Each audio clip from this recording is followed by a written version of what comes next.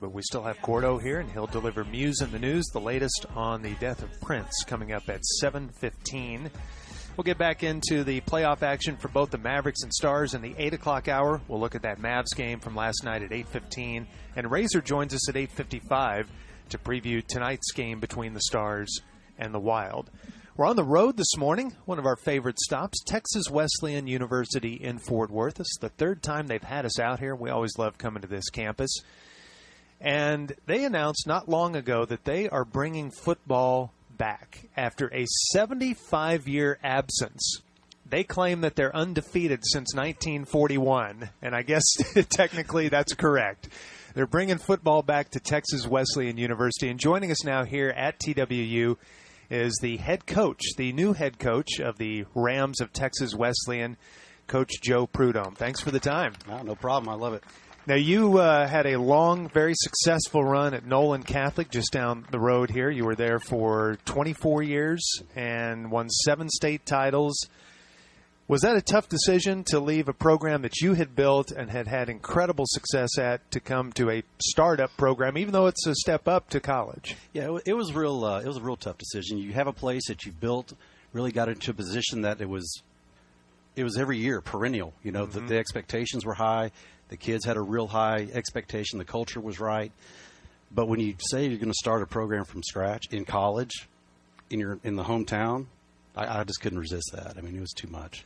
That sounds like such a daunting task to me because it costs a lot just to maintain a program. Mm-hmm. You know, once you've bought all the equipment and the blocking sleds and you got your staff in place and everything's built and whatnot.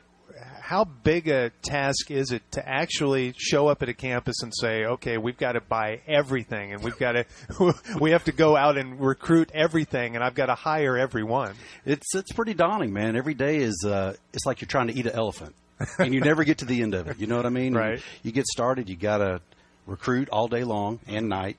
You have to find coaches. You have to get the right equipment. We're working on logos. These guys over here working on logos. And to get everything correct and setting the culture right. And you got to take the right steps all the time. Mm-hmm. There's no shortcuts. There's no, I'm going to do this to get a little quicker ahead. You can't do that. You have to build it incrementally. If you do it that way, it's got a chance to really have great success, I believe. Is it hard to recruit when you don't have a recent history to recruit to? Somewhat. Yeah, somewhat. They ask about that a little bit, but a lot of them are so excited about the opportunity because what I tell them right now is all the lines are horizontal. You know, we're all going to compete for the same thing. You're not coming into a situation behind 5 or 6 guys. Mm-hmm. So that's for a lot of guys is appealing. You know, and if you're going to be a chance to be a part of history, do something special, how many places can you go in and start it? Not many. I guess that makes a lot of sense because there aren't any other programs in the country that are saying, we have 0 returning starters. So you have a great chance to come here and start. Or backups. Right. Yeah, you're right. You've got a really good shot at landing on our first or second team on the depth chart. No doubt. All right, so you're going to have a combine and some open tryouts coming up here next month. Yes, May 22nd at LD Bell. And anybody can show up to that? Yeah, 16. Even me? Yeah, sure. Class of 16, class of 17, and anybody recent graduates. It's going to look a little bit like The Replacements at time, if you've seen the movie. Uh-huh. There'll be a little bit of that going on, but there's going to be a lot of legitimate football players there. Uh-huh. A lot of legitimate ones. All right, and then you will start playing not next fall, but the fall of 2017. That's correct. How do you just create a schedule from scratch? Well, you get a conference schedule first. We've got 7 games, and right now I'm working on some of the non-conference. And what conference are you guys going to be in? We're going to be in the Central States. Okay. So I'm sorry, what division is this we're talking about? NAI Division I. Okay. So we're right there. I've got 7 conference games, working on the non-conference schedule right now. So, and are you looking at Alabama, maybe Texas? Yeah, I thought start with TCU because you're right here close. Go ahead and take that beating right here early. And you know what? I guarantee Baylor would schedule you. Yeah. Oh man, I'm not making that call. I don't blame you. So where are you going to play? We're going to play probably at Nolan for the first year. Oh, wow. Okay. Practice at Clark Field. That'll be familiar for you. Yeah, you know, it's a nice intimate setting. it would be bad to be in a big cavernous stadium Right. and you have a decent crowd, pretty good crowd, and it feels small. Yep. We'd much rather it feel like it's really full and you're right on top of it. There's been some really nice renovations over there at Nolan in the last couple of years. Mm-hmm. New field, really nice press box with mezzanine and suites and stuff, and a big video board. So for us, it's going to be a real good starting point. Mm-hmm. Real good starting point. And are there eventual plans to build a giant dome stadium here on the TWU campus? Well, we were thinking on the west side maybe build the first the first stadium, and then maybe an indoor on Lancaster. Okay. So, on that big soccer field, and go ahead and do it. They're building them in Arlington all over the place right now. So yeah. I guess actually Jerry World just down the road, you could maybe one day adopt that as your home if Jerry would let you.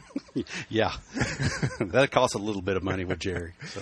This is Joe Prud'homme. He's the coach here at Texas Wesleyan University. The Rams are bringing back football after a 75-year absence. And have you already filled out your staff, or are you in the process of doing that as well? I've got two coordinators in place right now. Paul Duckworth's my defensive coordinator. Calvin Powell's my offensive coordinator.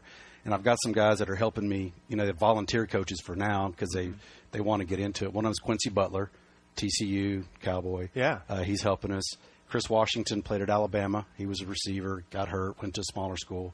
And then Tyrone Johnson's helping us too. So he's a local guy with some scouting ties. Mm-hmm. So. Well, it sounds like it would be a really, really fun project for a coach to just start it from scratch and get going. I bet when September rolls around and football season rolls around, though, at that point it's going to be really frustrating for you thinking, wow, I've got a whole nother year before I get these. You probably need that time, but it'll probably be a weird feeling for you this September not playing games. Yeah, it'll be the first time in a long time I'm not coaching. And just the grind, the day-to-day, the schedule, the routine you have, the playing the games. But the way I'm kind of going into it, I'm playing a game every week because I'm recruiting every week, going to schools, going to games, seeing kids play. So I'll be a spectator, which will be weird, and I'll probably be questioning a lot of what's going on during games like fans do. But I'm going to be in big-time recruiting mode during that time. Do we know yet what your helmets are going to look like? No, I don't know. There's been some designs. We'll see what it's going to look like. It won't look like the LA Rams. Okay, that was going to be my next question. I'm not going that route. You want to set yourself apart. Yes, we want to be different. Yeah. Want to be different. I like that. Yeah. Well, best of luck to you. I'm fascinated by this, and of course, on our program, we're big Texas Wesleyan fans, so we'll probably be vying for the radio broadcast rights at some point, just to let you guys know. That'd be great. Yeah, Craig and I want to call the games. Yeah. I want to be the color guy. He would be the most popular color analyst in America because he's so over the top ridiculous. Yeah. It might be a great fit. Yeah, it'd be a good fit for 1 year, and then you guys would fire me. Coach, thanks a lot for the time, and best of luck. We'll be keeping up with you. I really appreciate it. Thanks for having me. That's Joe Prud'homme, the head coach here at Texas Wesleyan University. Their football schedule, fall of 2017, they'll be playing for the first time since 1941. And again, they've got those open tryouts and a combine May 22nd. That's on a Sunday from 2 to 5 p.m.